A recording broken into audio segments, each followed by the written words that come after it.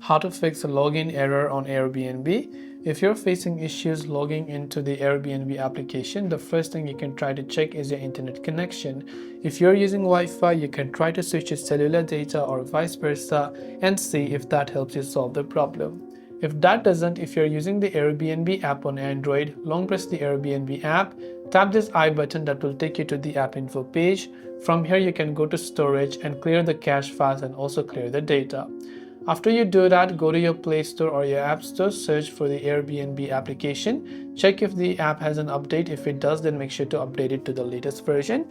If none of these are working, then chances are you are entering an incorrect credentials. So make sure you've entered a proper username like your mobile number and also your proper email address, and that you have access to both of these.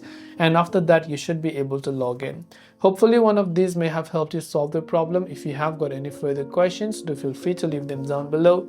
Thanks for watching and see you soon in the next video.